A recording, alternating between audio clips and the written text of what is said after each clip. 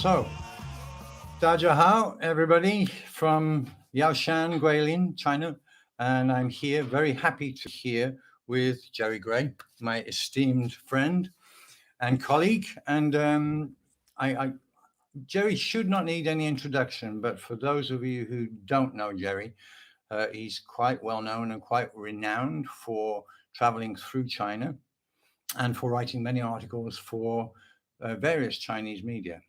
He was a policeman. Correct me if I'm wrong, Jerry, you were an Australian-born UK... Other way around, British-born Australian. British-born Australian, yeah. Okay. And you were also a policeman in the Met? Yes. Okay. Long time ago. Jerry, would you like to give a little bit of a self-introduction? Okay. I think probably talk about my time in China, first of all. I came to China in 2004 on an 8-month contract to be a teacher here. Okay. I spent the last 16, nearly 17 years here in China and decided to stay apart from trips back home. I haven't been back. During the time I've been here, I've worked in various different jobs. I'm a teacher trainer. I've been an IELTS examiner. I've worked in industry as a training manager in a manufacturing company. And more recently, I retired from full-time work and now just really travel and write about my traveling. Travel and write about traveling. In the last 3 years, that's pretty much all we've done. Okay. Somebody has mentioned there that's the Wu Mao meeting, which is probably true. We kind of wear this badge of Wu Mao as a badge of honor nowadays. Jerry, do you know we've got a song? Have we got a song? Yeah, we got a song. You're going to sing it for us? I'm going to do an animation. It's a surprise. It's coming up. We have a Wu Mao song.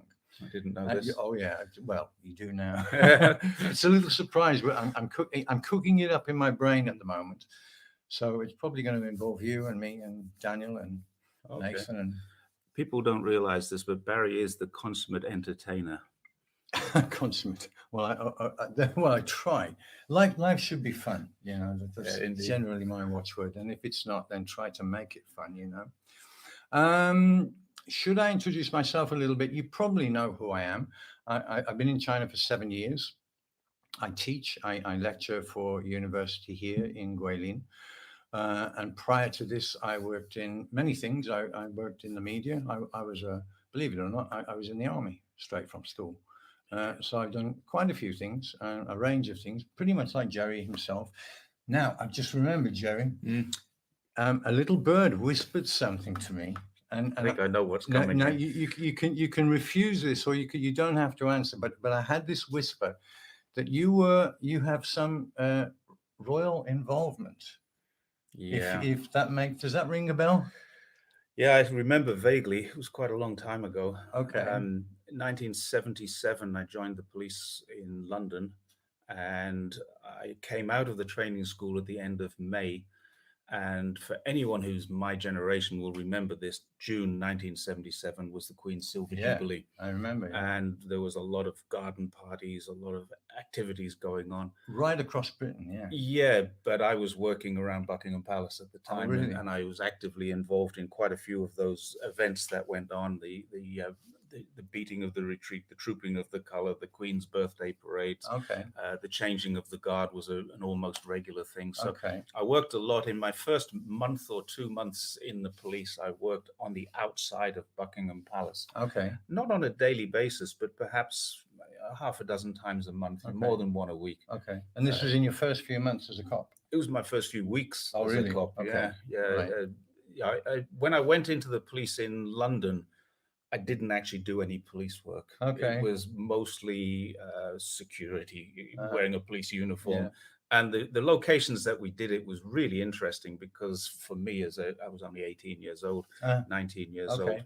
And it was really interesting that this was all happening at that time, the Silver Jubilee. And I can remember the first time I actually phoned my mum up and said, "Hey, Mum, I'm going to Buckingham Palace tomorrow." Really? And she said, "Oh, that's fantastic." You know, she went down to the church to do a church cleaning on whatever evening it was, told all of her friends, "My son's going to meet the Queen tomorrow." Okay. Turned out I spent the whole day on traffic duty, just stop, go. So I had to phone her the next evening and say what a disappointment it was.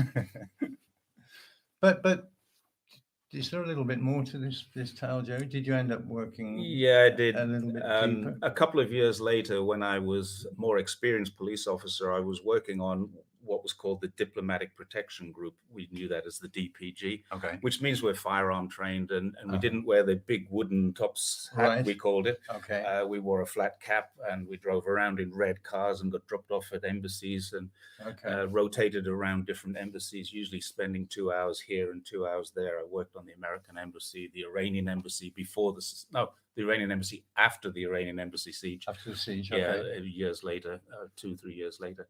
And there was an incident in Buckingham Palace, and the security had let them down. The electronic security had let them down. So I got seconded to Buckingham Palace for a period of time. Okay. And I went to work inside the palace and pretty much met everybody there. From there, I also worked in Clarence House, which is where the Queen Mother lived. Mm-hmm. And I've shared a gin and tonic with the Queen Mother. Wait. You've had a gin and tonic with the Queen Mother? Yes. Oh, my God. I've had a whiskey with Prince Charles. Yeah. I met Princess Diana many, many times. I've met the Queen and Prince Philip, who sadly departed yesterday. Now, I know a lot of people say that's not so sad, but in fact, he was a bit of a character. Absolutely. He was a nice enough guy. Absolutely. And in general, I would say that almost all the royal family are really nice people when you interact with them on a daily basis. On a personal level, yeah. Now, the reason this came to me was because somebody told me that the Queen, now again, I might be wrong, this is a little bird whispered, that the Queen actually asked you one day why you were in uniform. Yeah, I think she thought I was Andrew. Certain lights and certain angles, I look a little like Prince Andrew. And people have said this almost all my life. I can see it. You do look like Prince Andrew. I can see it, yeah. And yeah, the Queen one day asked me why I was wearing a uniform. Just for fun, Mum. Mom, I'm not your son. In fact, it didn't occur to me until afterwards that she thought I was Andrew. It didn't occur to me what was going on. Why do you afterwards, she thought, wow, maybe she thought I was Andrew. Let's wind up with these. 2 last questions. This is a question for both of you. Yeah. What do the British people really feel about the royal family? Do they really love them, or do they just not? Right, I'll give you mine very quickly, because I'm pretty sure Jerry will say similar. There's a split. Yeah, it's half-half. There are generations that love them, and love them because they're iconic, and there's a whole bunch that don't really care too much. That's just my take. Jerry? Prince Philip passed away yesterday. And just the fact that he passed away yesterday has caused an outpouring of grief of tens of thousands of people going to lay flowers at Buckingham Palace and the other palaces where he lived. And I think that tells you that the British people have a love of their monarchy. However, half the people are saying, what the hell are you doing that for?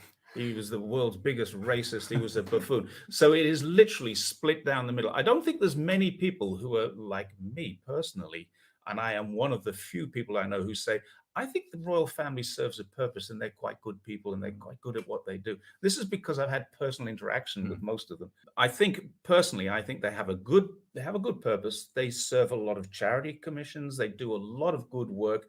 They're always doing things that are for the benefit of the country, and they're very good for tourism. So there's a lot of revenue coming in from them. But then they're also imperialists who own property and they don't pay their taxes properly. I mean, all the things, there's the negatives about them, but I do think they serve a purpose. All right. Well, last question. Okay. Yeah. Is it a good time to study in England right now? And what do you be aware of or should be prepared of if you have to go there? Okay. One of my students, and in fact, several of my students have just won acceptance placements, one in King's College London, one in several colleges, big colleges in London. Some of my students have just been accepted, and they're very happy about it. And I would be too, accepted by King's College.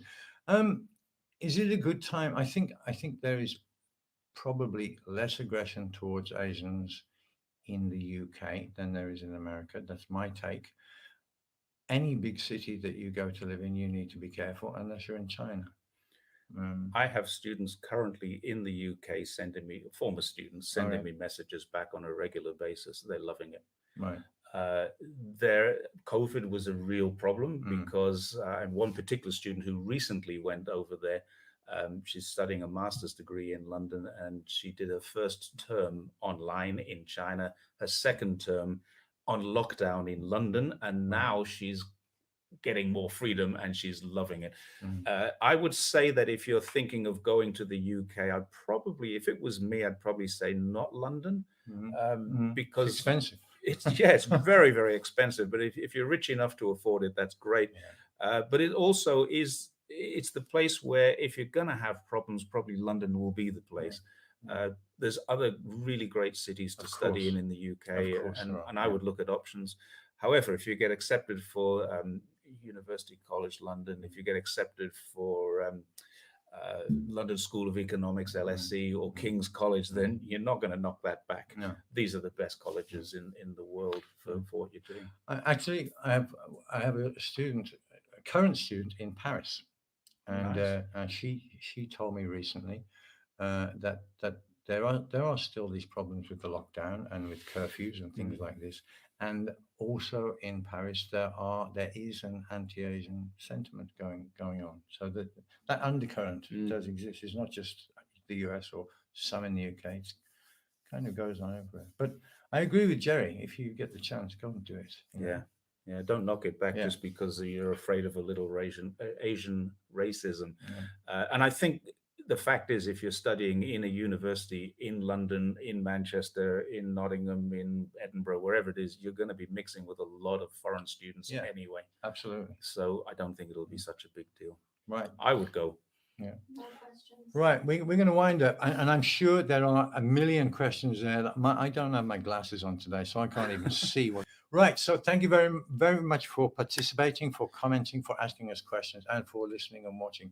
It's very much appreciated. Thank you. Also, thanks to Lily and Anne for helping us. Can we turn the camera around so we can get the terrible twins? Come and put your heads Come in. and say hello. Seriously, none of this would happen without these people working hard in the background all the time. So, you get these ugly faces, not you, Joe, but you get my ugly face, but there's a whole bunch of stuff that happens behind this, that this wouldn't happen without this. So thank you to Lily. Thank you to Anne. And thank you.